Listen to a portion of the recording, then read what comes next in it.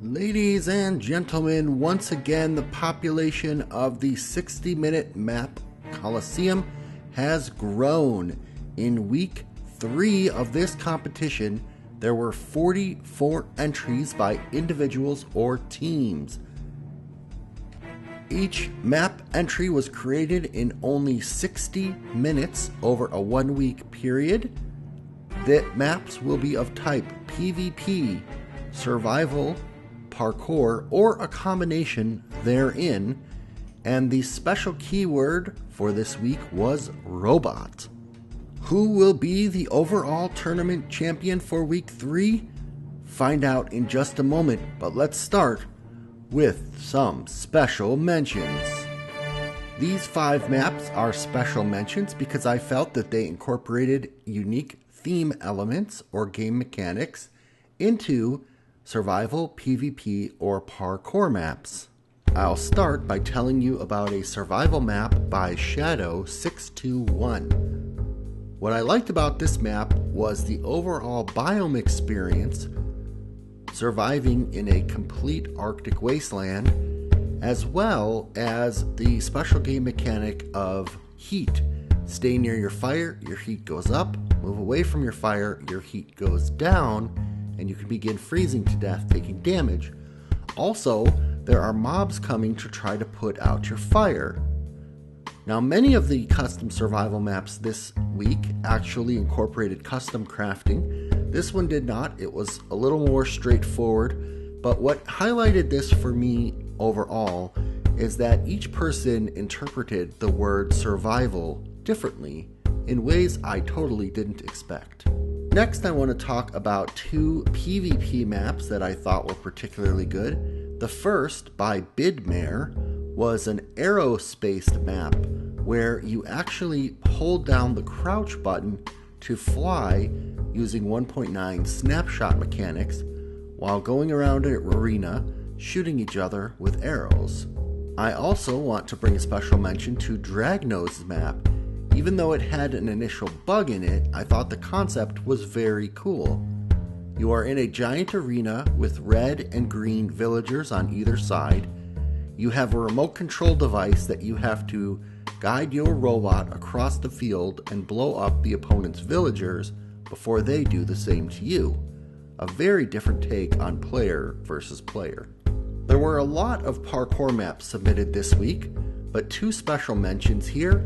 One by PMK, which also uses a 1.9 snapshot feature, which allows you to hold down your jump button for a longer period of time to charge up your jumps and do super jumps while navigating through a pretty nice looking glass hallway.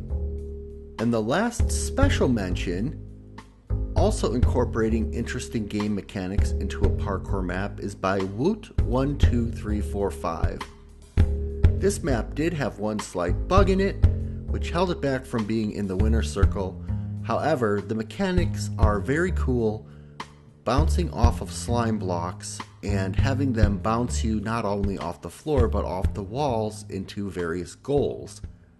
And now it's time to talk about the winners of week 3. In third place, we have a tie. 2 parkour maps that had interesting stories and interesting game mechanics. The first, by Vixbit, called The Jumper. You're in a robot testing facility.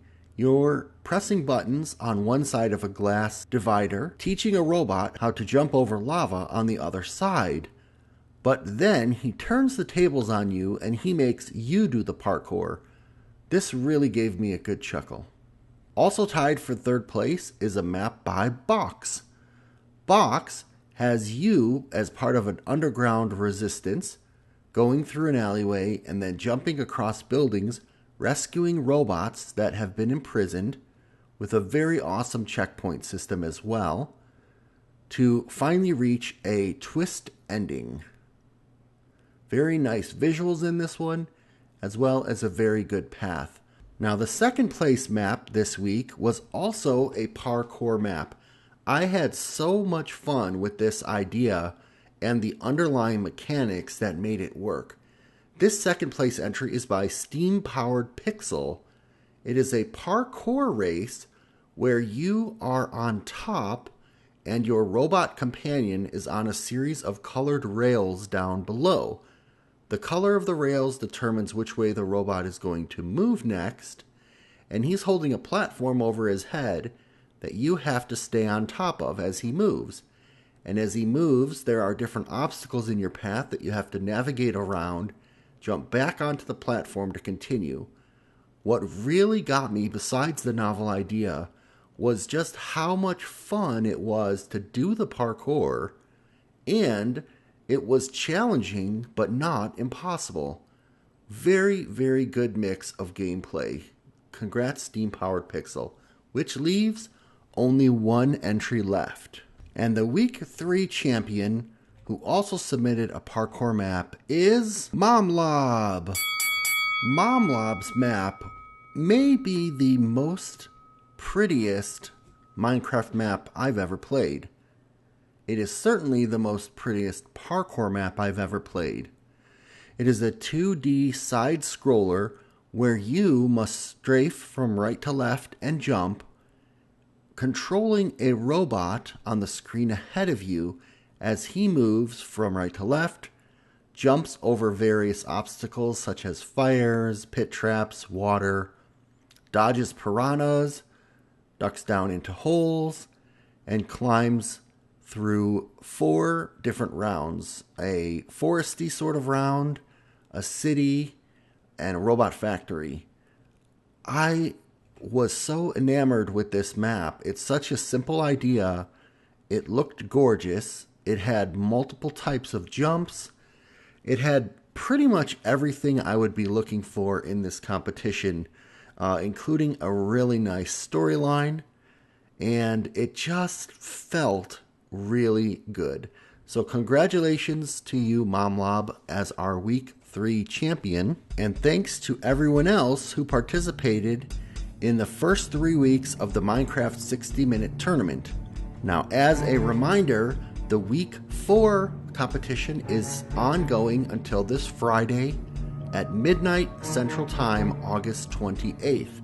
You can make any type of map that you like. It is a wild card, and the themes are Pillar and Curious. You need to work both themes into your world of any map type.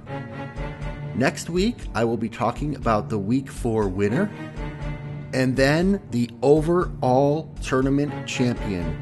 I can tell you by looking at the scores for weeks 1, 2, and 3 behind the scenes, it is a very close race, but it is anyone's game.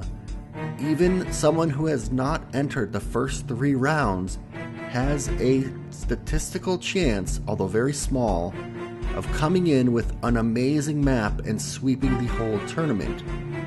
Somebody who has participated or placed in weeks 1, 2, or 3 can also win. Somebody who has placed in all 3 weeks can also win. It is really anybody's game here in the 60-minute tournament Coliseum, and I can't wait for you to see what comes next. You can also download this Coliseum as of the end of week 3, link in the description, and each of the weeks has a book which lists the names of all the entrants, as well as all the entrants represented here in the audience. I hope you enjoy my small shout out to everyone who has participated.